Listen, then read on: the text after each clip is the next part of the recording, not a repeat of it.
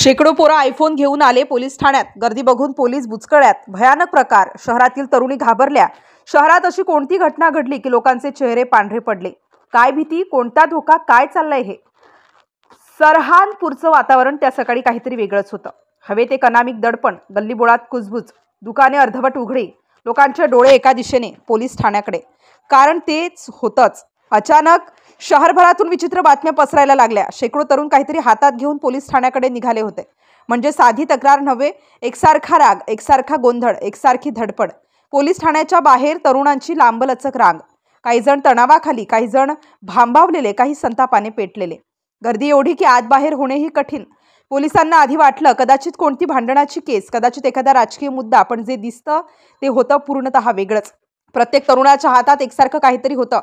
काळ्या कव्हरमध्ये गुंडाळलेलं, छातीशी धरलेलं, जपून नेलेलं आणि पोलिसांच्या कपाळावर आठ्या। हे काय प्रकरण आहे? लोकांना पाहिलं की ज्याच्या चेहऱ्यावर भीती, अविश्वास, धक्का, मुलींचे फोन, युवांच्या चेहऱ्यावरचे भाव, जणू कोणी त्यांच्यावर काही मोठं संकट घडवलंय। एक अधिकारी पुढे आला आणि विचारलं, अहो काय झालं? एवढे सगळे एकत्र का आलात? रांग हल्ली, लोकांत खसफस, एकमेकांकडे पाहणं, जणू काही सांगण्यापूर्वी कुणाला खात्रीच नाही की हा प्रसंग खरंच आहे की स्वप्न। पोलिसांनी सर्वांना शांत केलं। आधी कुणीतरी एक तरी नीट सांगेल का काय चाललंय? तेवढ्यात पुढे आला एक सुमित नावाचा मुलगा। त्याच्या आवाजात घाबरलेपण आणि राग दोन्ही। साहेब, आम्ही सगळे शहरभरातून आलोय। हे जे हातात पाहताय ना, यामुळे आमचं आयुष्य उलटपालट झालंय। आम्ही शेर चौकातल्या एका दुकानातून घेतलं होतं, गीतांजली एंटरप्राइजेस। पोलिसांनी अजून विचारायच्या आधीच मागून लोकांचा गोंधळ। हो साहेब, सगळ्यांनी तिथूनच घेतलाय। आम्हाला फसवलंय, डाटा गायब होतो, काहीतरी घडतंय, काहीतरी चुकीचं।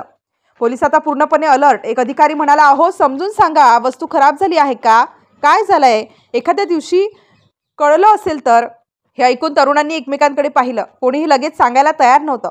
जणू ही गोष्ट तोंडातून काढली की अंगावर काटा यावा। आता पोलिसांचं कुतूहल वाढलं। तरुणांमधून दुसरा मुलगा पुढे आला। त्याच्या चेहऱ्यावर भीती अगदी स्पष्ट। तो हळू आवाजात म्हणाला, साहेब, ही साधी खराबी नाही, काहीतरी विचित्र होतंय। आम्हाला वाटलं आधी की आमचं चुकत असेल, पण हे जे घडलंय ना, एवढ्यांना एकाच वेळी जे झालंय ते साधं नाही। आता पोलीस अधिकारी थेट मुद्द्यावर आले। नेमकं घडलं काय? लोकांमध्ये कुजबुज। कोणी मागून म्हणाला, सांग ना, तर दुसरा, काय माहित किती मोठा आहे?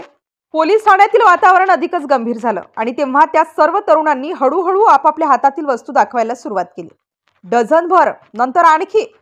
पूर्ण पोलीस ठाणं त्या एकाच वस्तूने भरलं। ती वस्तू जिच्यामुळे शहरात भीती पसरली होती, जिच्यामुळे शेकडो लोक एका रात्रीत संकटात आले, जिच्या कारणाने हे सगळे तरुण पोलिसांकडे धावत आले होते। पोलिसांनी पाहिलं आणि त्यांच्या चेहऱ्यावरही क्षणभर स्तब्धता आली। सगळ्यांच्या हातात एकाच दुकानातून घेतलेले आयफोन। हो, पण हे आयफोन बंद पडले असं साधं प्रकरण नव्हतं। ते तर कथेचा फक्त बाहेरचा भाग होता। खरा सस्पेन्स, खरा धक्का, खरं कारण। दुकान बंद, मालक बेपत्ता, फोन 3-4 दिवसात मृत, डेटा गायब, पैशांसाठी वसुली, बनावट पार्ट्स, आणखी काहीतरी अजून काळोखात दडलेलं। हे सगळं पोलिसांना शेवटी कळलं आणि तेव्हा खरी कथेची दिशा बदलली।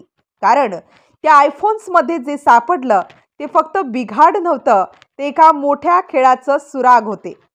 तो खेळ काय, कोणी रचला, कशासाठी?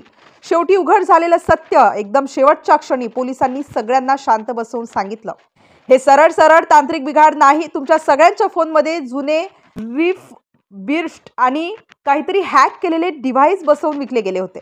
हा पूर्णपणे मोठा फसवणूक रॅकेट आहे। फायनान्सच्या नावाखाली बनावट आयफोन आणि डुप्लिकेट पार्ट्स विकण्याचा घोटाळा। हो, शेवटी समोर आलं, सगळे फोन नवे नसून जुने, दुरुस्त केलेले आणि काही तृतीय पक्ष नियंत्रणाखाली असलेले डिव्हाइस होते। म्हणूनच ते आपणहून बंद होत होते, डेटा गायब होत होता, कॅमेरा चिप क्रॅश होत होती आणि एकाच वेळी सगळे फोन मृत होण्याचं कारणही तेच। दुकानदार मात्र गायब आणि पोलिसांनी केस दाखल करत मोठी तपासणी सुरू केली।